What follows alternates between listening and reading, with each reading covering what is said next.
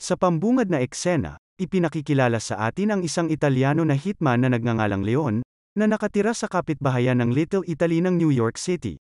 Nagtatrabaho siya sa isang mafia leader na nagngangalang Tony, na nagpapatakbo ng retail store ng Supreme Macaroni Company. Sa kasalukuyan, si Leon ay nakatalaga sa isang misyon upang pigilan ang isang gangster na kilala bilang Fatty na nanghihimasok sa teritoryo ni Tony. Sa susunod na eksena, sinubaybayan ni Leon si Fatty sa isang hotel, kung saan pinilit niya ang isang receptionist na ipaalam kay Fatty ang tungkol sa kanyang bisita. Nang maramdaman ang isang potensyal na banta, inalerto ni Fatty ang kanyang mga alip-ores na naghihintay sa kanya sa labas ng elevator. Sa sandaling bumukas ang pinto ng elevator ay nagpaputok sila, para lang malaman na ang nabaril nila ay isa sa kanila. Kasunod nito ay naghiwa-hiwalay ang mga alip-ores para hanapin ang assassin. Nagkaroon ng kaguluhan at si Leon na isang propesyonal na manlalaban ay sunod-sunod na pinatumba ang mga alip-ores. Sa kalaunan, kinulong niya si Fatty sa isang silid at itinumba ang natitirang mga alip-ores. Dahil takot na takot, si Fatty ay tumawag sa 911 para sa tulong ngunit bago pa man siya makapagsalita, lumitaw si Leon mula sa mga anino at tinutukan ng kutsilyo ang kanyang leeg dahilan para ibaba ni Fatty ang tawag. Desperado na nag-alok si Fatty ng malaking halaga ng pera upang maligtas ang kanyang buhay, ngunit tinanggihan ni Leon ang alok at inutusan siyang tumawag. Sumagot si Tony sa kabilang linya na nagbabanta sa kanya na umalis sa lungsod at ayon sa kanyang mga utos, sinisigurado ni Leon na naintindihan ni Fatty ang mensahe at pagkatapos ay pinakawalan na siya. Maya-maya, bumili si Leon ng mga grocery at bumalik sa kanyang gusali at sa kanyang pag-akyat sa itaas patungo sa kanyang apartment, nakita niya ang isang malungkot na 12 taong gulang na batang babae na nagngangalang Matilda Lando na naninigarilyo sa hagdanan. Napansin niya ang isang sugat sa mukha nito at nagtanong kung ano ang nangyari, ngunit nagsinungaling ang bata na nahulog siya sa kanyang bisikleta. Ang totoo ay nakatira si Matilda kasama ang kanyang magulong pamilya sa isang apartment sa Bulwagan at siya ay madalas na binubugbog ng kanyang nang-aabuso na ama. Ang ama ni Matilda ay nagtatrabaho para sa mga tiwaling ahente ng DEA, na nagbabayad para itago ang droga sa kanyang apartment. Noong araw ding iyon, ang mga ahente na natuklasan na may nagnanakaw ng cocaine ay kinumpranta ang ama ni Matilda sa kanyang apartment, pinipilit siya ng isa sa mga ahente na nagngangalang Malky na umamin, ngunit iginiit ng ama ni Matilda na siya ay inosente. Nang makita ito, ang boss nilang adik sa droga na si Norman ay nilapitan ang lalaki at inamoy-amoy siya. Sinabi niya na naniniwala siya sa kanya ngunit gayunpaman, itinalaga siya upang alamin kung sino ang salarin hanggang kinabukasan ng tanghali. Narinig ni Leon ang lahat mula sa kanyang silid, ngunit hindi nakikialam. Kinaumagahan, ang pamilya ni Matilda ay ginagawa ang kanilang pang-araw-araw na gawain, ang kanyang ama nakagigising lang, ang kanyang madrasta ay naghahanda para sa trabaho, ang kanyang stepsister na nag-eehersisyo habang nanonood ng isang fitness program, at ang kanyang 4 na taong gulang na kapatid na lalaki ay naglalaro ng kanyang mga laruan. Ilang sandali pa, ang mga magulang nila ay naglalambingan sa banyo nang tumunog ang kanilang telepono. Sinagot ni Matilda ang tawag at nalaman niyang galing ito sa kanyang paaralan. Siya ay nagpanggap bilang ang kanyang ina kaya ipinaalam sa kanya ng administrator ng paaralan na 2 linggo nang hindi pumapasok sa klase si Matilda. Ang administrador ay humihingi ng paliwanag, dahil kung hindi ay papatalsikin siya. Bilang tugon ay sinabi ni Matilda na siya ay patay na. Sa ibang lugar, sinisimula ni Leon ang kanyang araw sa kanyang karaniwang gawain, pag-eehersisyo at pag-aalaga sa kanyang halaman bago umalis sa kanyang apartment. Pumunta siya sa malapit na teatro para panuorin ang paborito niyang mga klasikong musikal na Gene Kelly at pagbalik niya, nakita niya si Matilda sa labas ng kanyang apartment na duguan ang ilong. Inalok niya ito ng pamunas, at bilang kapalit ay nagpa siya itong bilan siya ng gatas. Habang si Matilda ay bumibili, pinasok ni Norman at ng kanyang mga armadong alip-ores ang kanyang apartment. Kumuha ng shotgun si Norman at walang awa na binaril ang mga miyembro ng pamilya ni Matilda, simula sa kanyang stepmother at half-sister, bago pinuntahan ang kanyang ama. Sa gitna nito, nagtago ang kanyang nakababatang kapatid sa ilalim ng kama. Inutusan ni Norman ang kanyang mga tauhan na halugugin ang buong bahay para hanapin ang ninakaw na cocaine, at sa isang panandaliang paggambala, ginamit ng ama ni Matilda ang pagkakataong ito para kunin ang kanyang shotgun at magpaputok. Dahil sa takot, ang maliit na bata ay nagtangkang tumakas ngunit kalunos-lunos na naging biktima ng pagbaril ng mga gangster. Nang maubos ang bala, ang ama ni Matilda ay sinubukan na tumakas ngunit napatay din siya ni Norman. Makalipas ang ilang sandali, Bumalik si Matilda mula sa grocery store at nakita ang walang buhay na katawan ng kanyang ama mula sa labas. Mabilis niyang nilagpasan ang sariling apartment at pinindot ang doorbell ni Leon, nakikiusap na papasukin siya nito.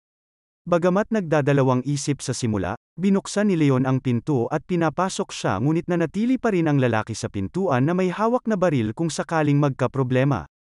Hindi nagtagal ay nakita ng mga gangster ang nakatago na cocaine pagkatapos ay umalis na sila. Sa resulta ng mga pangyayaring ito ay nakiramay si Leon sa dalaga. Subalit sinabi nito na wala siyang pakialam sa kanila at ang iniiyakan niya ay ang kanyang inosenteng batang kapatid na mahal niya. Dahil sa pagdadalamhati ay sinubukan ni Leon na patawanin siya sa paraang parang bata, sa kabutihang palad ay gumana ito at nagdulot ng ngiti sa mukha nito. Nang maglaon ay nagtanong si Leon kung mayroon siyang lugar na pupuntahan, at sumagot itong wala. Hindi nagtagal, natuklasan ni Matilda ang propesyon ni Leon bilang isang hitman, kaya nakiusap siya sa kanya na alagaan siya at turuan siya ng kanyang mga kasanayan, dahil gusto niyang ipaghiganti ang pagpatay sa kanyang kapatid. Bilang kapalit ay nag-alok siyang maging isang katulong at guro, dahil mukhang hindi marunong magbasa si Leon.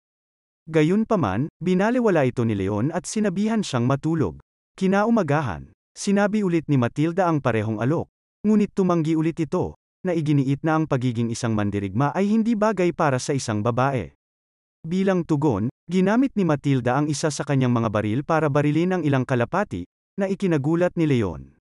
Ang pagkilos na ito sa huli ay humikayat kay Leon, at pumayag na turuan siya.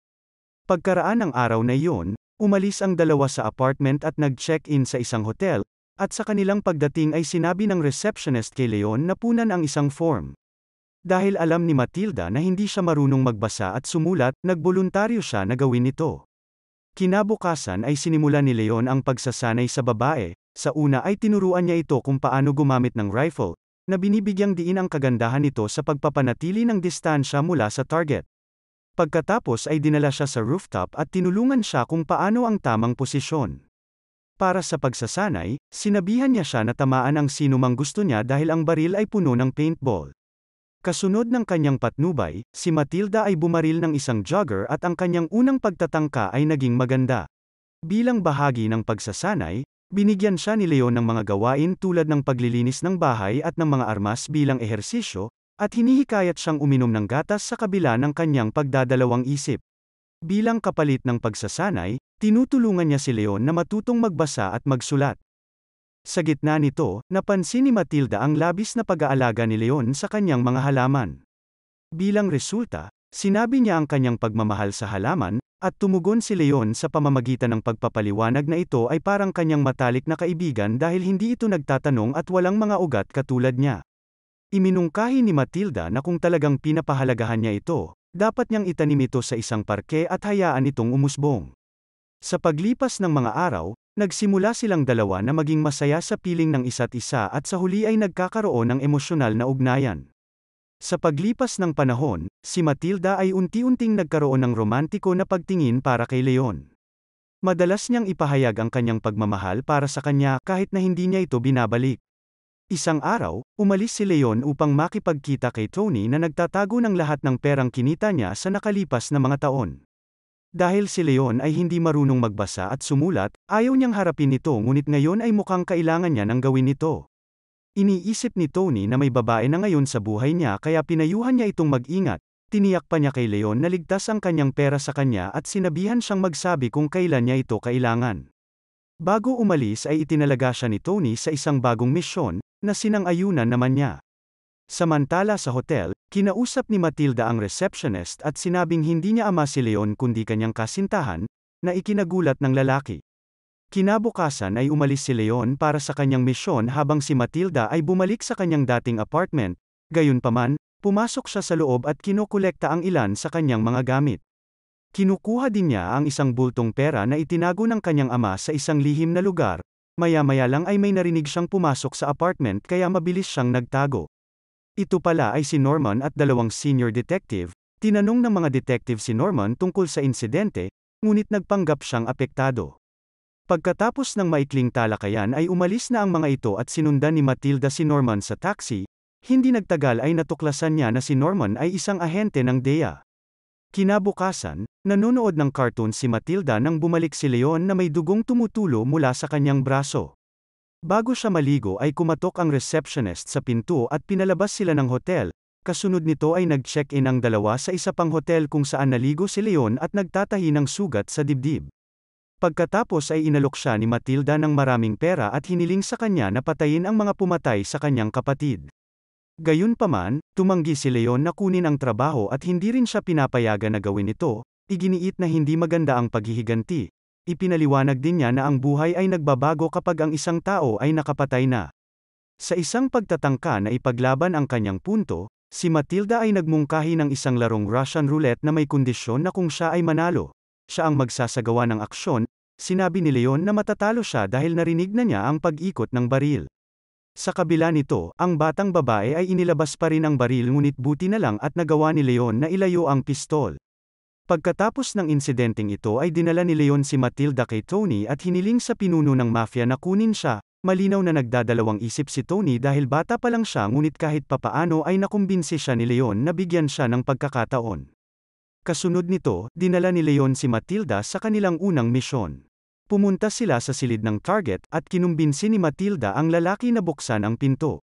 Sa sandaling mabuksan ng lalaki ang pinto, sinira ni Leon ang lock at pumasok. Pagkatapos ng masusing paghahanap, inutusan ni Leon ang lalaki na tumayo. Tinuruan niya si Matilda ng tamang posisyon at hinayaan siyang barilin ang lalaki gamit ang mga paintball, at pagkatapos ng maikling pagsasanay ay binaril ni Leon ang lalaki bago umalis. Mula noong araw na iyon, nagtulungan sina Leon at Matilda at sinunod ang parehong diskarte upang mapatay ang ilang mga target ng sunod-sunod. Gayunpaman sa isang punto, narinig ni Leon ang isang target na naghahanda ng baril sa loob, kaya mabilis niyang kinuha si Matilda upang protektahan, na naglalayo sa potensyal na pinsala. Sinabi niya sa kanya na dapat silang gumamit ng granada sa masamang sitwasyon na ito. Pagkatapos ay itinapon niya ang granada sa loob, dahilan upang sumabog ang apartment. Isang araw, pinuntahan ni Leon si Tony at mukhang kinakabahan siya sa unang pagkakataon. Sinabihan niya si Tony na ibigay ang lahat ng kanyang pera kay Matilda kung sakaling may mangyari sa kanya balang araw. Sumang-ayon si Tony at sinabing maaasahan niya siya. Maya-maya ay naghanda si Leon para sa kanyang susunod na misyon, ngunit nagpasya siyang pumunta ng mag-isa sa pagkakataong ito dahil mas mapanganib. Habang siya ay wala, si Matilda ay nananatili sa bahay na nag-aalaga ng halaman, nanonood ng telebisyon, at nag-iisip ng paghihiganti at pagkatapos ng ilang sandali ng pag-iisip, nagpasya siyang isagawa ang kanyang misyong paghihiganti ng mag-isa.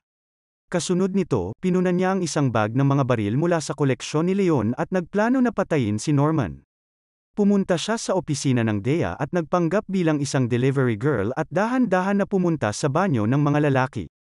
Doon ay tinambangan siya ni Norman na nagutos sa kanya na ibaba ang bag. Tinanong niya siya tungkol sa kung sino ang nagutos sa kanya, kung saan iginiit ni Matilda na siya ay mag-isa lang na kumikilos upang ipaghiganti ang pagkamatay ng kanyang kapatid.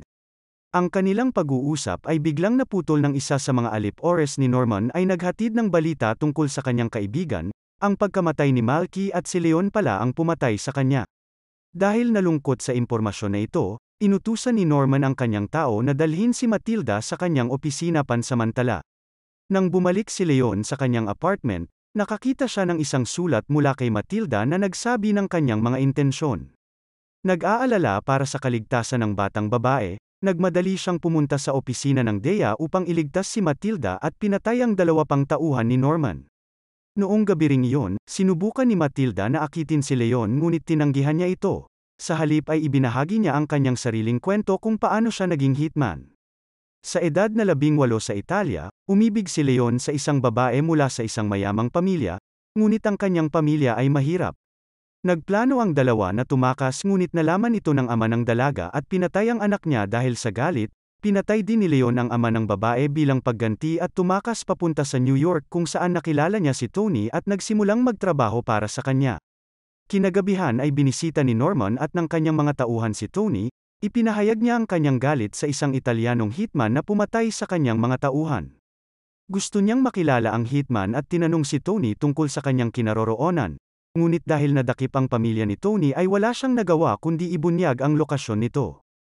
Kinaumagahan, pabalik si Matilda mula sa grocery store nang mahuli siya ng NYPD na ipinadala ni Norman, Ginawa nila siyang hostage at tinanong kung mayroong code upang makalusot sa apartment ni Leon at bilang tugon, binigyan sila ni Matilda ng maling code. Nang gamitin ng mga opisyal ang code na ito para buksan ang pinto ng apartment, naalerto si Leon. Ang mga armadong opisyal ay pumasok sa apartment ngunit wala silang nakitang tao sa loob. Si Leon na nagtatago sa itaas mismo ng pasukan, ay isinara ang pinto at pinatay sila. Nang malaman ito ay nagpatawag si Norman ng karagdagang backup at pinalibutan ang buong gusali. Sa kabila ng napakaraming hadlang, nagawa pa rin ni Leon na patumbahin ang mga opisyal. Kalaunan, nagawa niyang kunin ang isang opisyal bilang hostage at pinalaya si Matilda mula sa pagkakadakip. Pagbalik nila sa apartment, gumawa si Leon ng mabilis na ruta upang makatakas si Matilda sa pamamagitan ng pagwasak ng isang air shaft. Noong una ay tumanggi si Matilda na umalis nang wala siya. Ngunit tiniyak niya itong makikipagkita sa kanya sa lugar ni Tony sa loob ng 1 oras. Sa wakas ay ipinagtapat niya ang kanyang pagmamahal sa kanya bago siya pinakawalan, at ilang sandali pa ay pinasabog ng NYPD team ang apartment bago pumasok.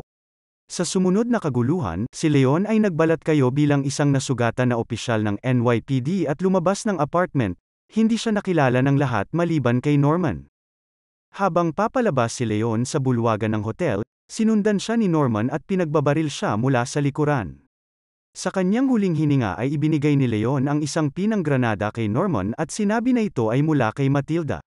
Binuksan ni Norman ang vest ni Leon at nakita ang isang kumpol ng mga granada, na agad na sumabog at ikinamatay niya. Bilang resulta, pumunta si Matilda kay Tony at sinubukan itong makumbinsi na kunin siya bilang isang mamamatay tao. Gayunpaman, ang lalaki ay tahasang tumanggi na kumuha ng 12 taong gulang na batang babae. Gaya ng ipinangako kay Leon, iniabot ni Tony ang $100 bilang allowance at pinababalik siya sa pag-aaral, at sa kabutihang palad ay kinuha ulit siya ng punong guro pagkatapos ihayag ni Matilda ang nangyari. Sa huling eksena ay pumunta si Matilda sa isang bukid malapit sa paaralan at itinanim ang pinakamamahal na halaman ni Leon upang hayaang lumago. Dito na nagtatapos ang kwento, sana ay nagustuhan mo ito. Kung hindi ka pa nakasubscribe ay mag-subscribe ka na upang matulungan mo ang channel na ito. Mag-comment ka na rin tungkol sa kwento. Salamat!